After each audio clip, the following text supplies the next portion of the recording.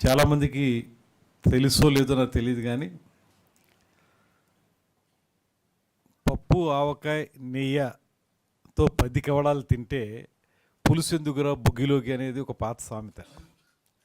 పప్పు నెయ్యి ఆవకాయ 3 కలుపుకుని తింటే అద్భుతంగా ఉంటుంది, ఇంకా పులుసు సాంబార్ ఇటువంటి అవసరం లేదనేటువంటిది ఒక పాత సామెత. ఏదైనప్పటికీ ఆంధ్రుల యొక్క అభిమానమైనటువంటి వంటకం ఆవకాయ.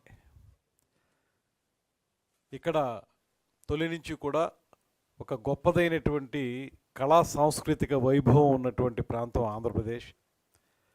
ఇక్కడ ఈ సాంస్కృతిక ప్రభావాన్ని నిలబెట్టాలనేటువంటి ఆలోచనతో గత కొంతకాలంగా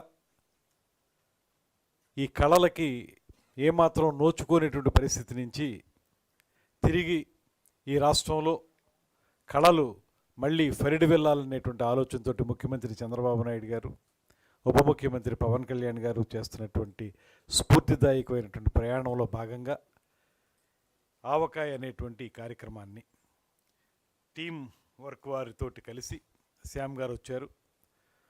వారితో కలిసి ఆంధ్రప్రదేశ్ రాష్ట్ర పర్యాటక శాఖ ఒక వినూత్నమైనటువంటి కార్యక్రమాన్ని జనవరి 8, 9, 10 తారీఖుల్లో మన విజయవాడలో ఏర్పాటు చేసుకోవడం జరుగుతుంది. అమరావతి ఉత్సవంగా ఇది భవానీ ద్వీపంలోను, అదేవిధంగా బెరం పార్కులోను కూడా, పున్నమి ఘాట్లోనూ ఈ కార్యక్రమాన్ని నిర్వహించడానికి ప్రణాళిక సిద్ధం చేయబడింది. ఇందులో ప్రధానంగా సినిమా అనేది సౌత్ ఇండియాలో ఇవాళ చూస్తే తొలి నుంచి కూడా అద్భుతమైనటువంటి సినిమా ప్రపంచం మనకు మాత్రమే, తెలుగువారికి మాత్రమే లభించినటువంటి సందర్భం.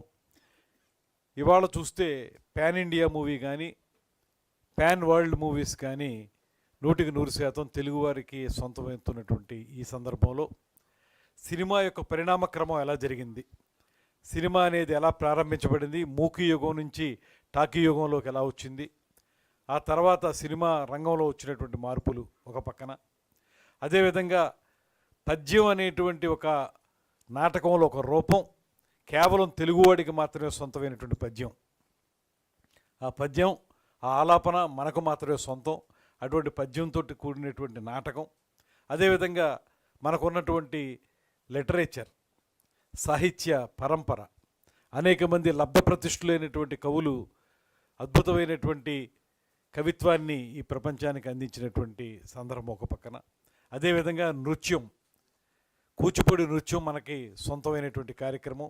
ఆ కూచిపూడి నృత్యం ప్రపంచవ్యాప్తంగా పేరు పొందినటువంటి నృత్యం.